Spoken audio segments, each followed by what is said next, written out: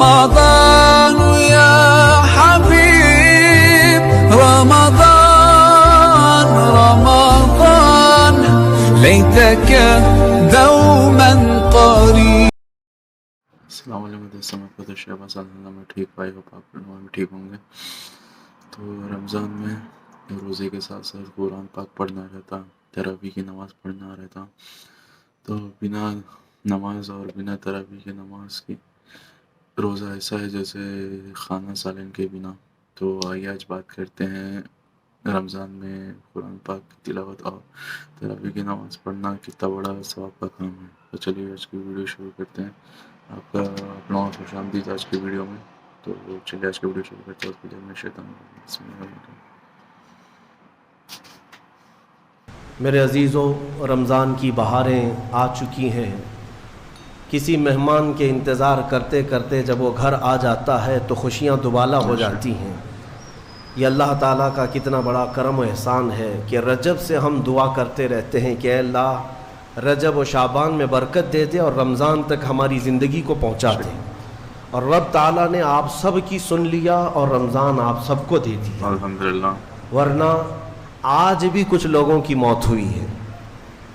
آج کے دن بھی کئی لوگوں کی موت ہوئی ہے.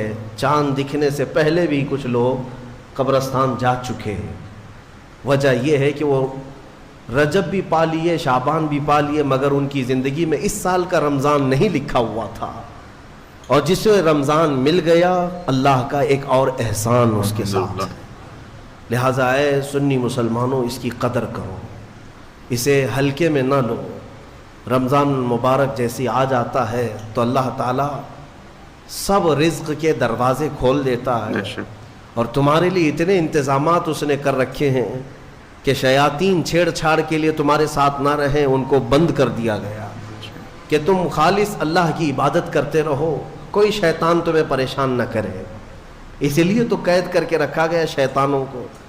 جب تک عید کا چاند نظر نہیں آئے گا کوئی شیطان نہیں اترے گا.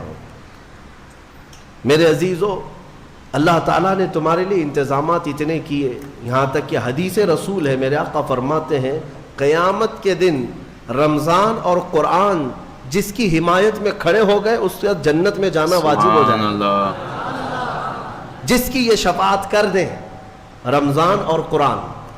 اور ساتھ میں میرے آقا صلی اللہ علیہ وسلم نے یہ بھی فرمایا یاد رکھو رمضان اور قرآن جس کے خلاف کھڑے ہو گئے تو پھر اس کو دوزخ میں جانا واجب ہو جائے گا. اللہم اجعل القرآن حجتا لنا لا حجتا علینا. اے اللہ قرآن کو ہمارے لیے سفارشی بنا، مددگار بنا، ہمارے خلاف مقدمہ کرنے والا نہ بنا. آج رمضان المبارک کی جو خصوصیات ہے وہ تراویح کی شکل میں ہمیں ملی ہے. بہت سارے لوگوں کو ایسا لگتا ہے کہ 20 رکعت ہے، لمبی ہے، کون پڑھے گا، پھر پڑھ لیں گے، پھر دیکھ لیں گے. جس کے اندر یہ سستی اور کاہلی آئی، یہ علامت میں بتا رہا ہوں آپ کو، علامت حدیث رسول ہے نماز صرف منافق پر بھاری ہوتی ہے، مومن پر نہیں.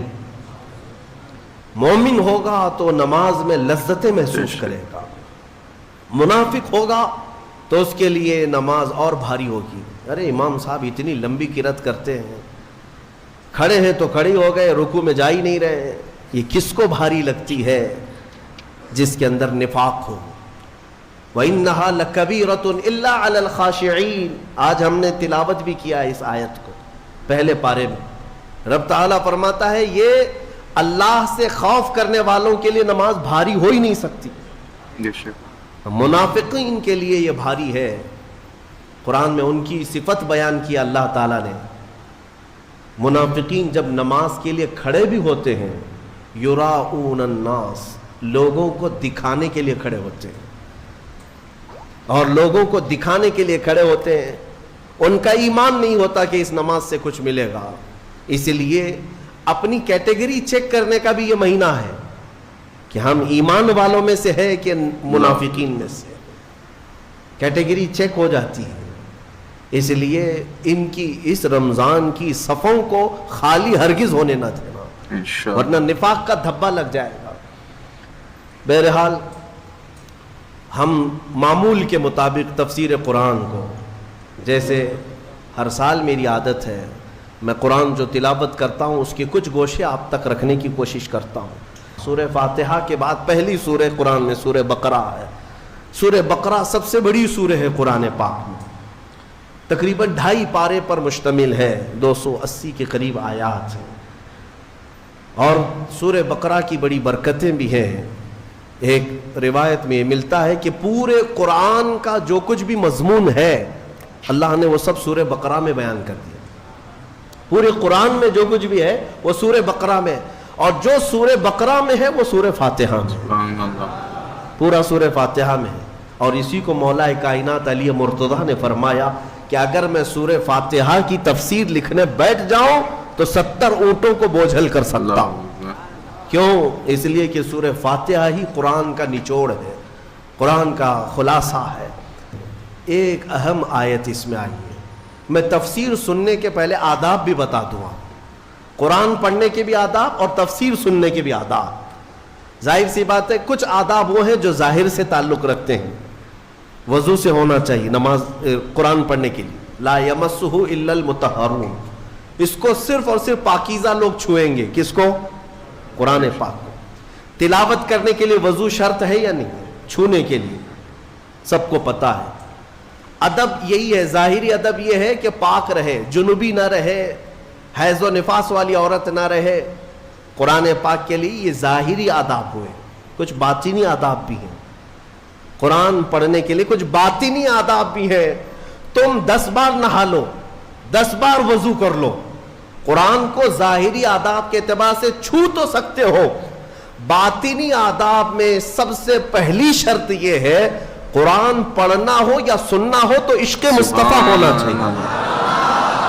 ہاں, بغیر حب مصطفیٰ کے اگر قرآن پڑھے گا تو پھر گمراہی کی طرف بھی جا سکتا ہے. قرآن تو قرآن ہے. حدیث رسول کے بارے میں کہا گیا بخاری شریف کے بارے میں کہ بے عشق مصطفیٰ پڑھتے ہیں جو بخاری. سنا ہے نا آپ نے؟ بے عشق مصطفیٰ جو پڑھتے ہیں بخاری. آتا ہے بخار, ان کو آتی نہیں بخاری. بخار آ جائے گا لیکن بخاری نہیں آئی. جب بخاری کے لیے عشق مصطفیٰ ضروری ہے تو پھر قرآن کے لیے کتنا ہے.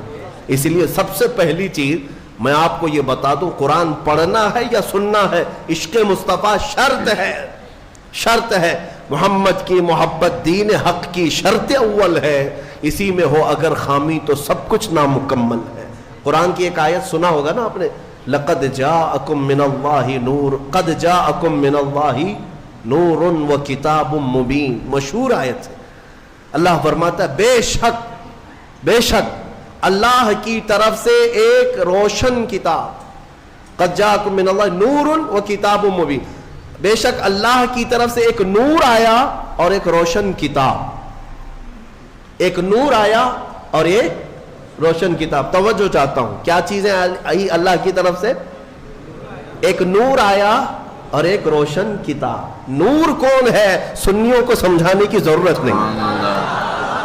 دوسرے لوگ تعویل کرتے ہیں نور سے مراد وہ ہے, نور سے مراد یہ ہے. ہم تو کہتے ہیں صبح طیبہ میں بٹتا باڑا, صدقہ لینے نور کا آیا ہے تارا. ارے ہمارا مزاج تو یہ ہے, بریلی کے امام نے ہمیں یہ سمجھایا ہے, وہی تو جوبن ٹپک رہا ہے, وہی تو جوبن ٹپک رہا ہے, وہی تو اب تک چھلک رہا ہے. ہاں, نہانے میں جو گرا تھا پانی کٹورے تاروں نے بھر لیے تھے. یعنی یہ ستاروں کی جو چمک ہے نا, تم کیا سمجھتے ہو؟ سائنٹیفک اعتبار سے کہتے ہیں کہ سورج کی روشنی کھینچ کر رات کو تارے چمکتے ہیں. ہم نے سوال کیا پھر سورج کس کی روشنی کھینچتا ہے؟ سورج کس کی روشنی کھینچتا ہے؟ وہ روشنی سمجھنے کے لیے بریلی کے امام کی زبان میں پڑھنا پڑے گا. سورج ہو کہ چاند ہو, اعلیٰ حضرت فرماتے ہیں کہ اتار کر ان کے رخ کا صدقہ, اتار کر ان کے رخ کا صدقہ, وہ بٹ رہا تھا نور کا باڑا. اچھل اچھل کر جبی, یہ چاند و سورج اچھل اچھل کر جبی کی خیرات مانگتے تھے. معراج کی شب میں چاند سورج اچھل اچھل کر جبی کی خیرات مانگتے تھے کہ اللہ یہ تیرے حبیب کا جو اترن ہے نہانے میں جو گرا ہے اور پیشانی مبارکہ سے جو پانی ٹپکا ہے, چاند کہتا ہے وہ میری جھولی میں دے دیا جائے اور سورج کہتا ہے میری جھولی میں دے دیا جائے.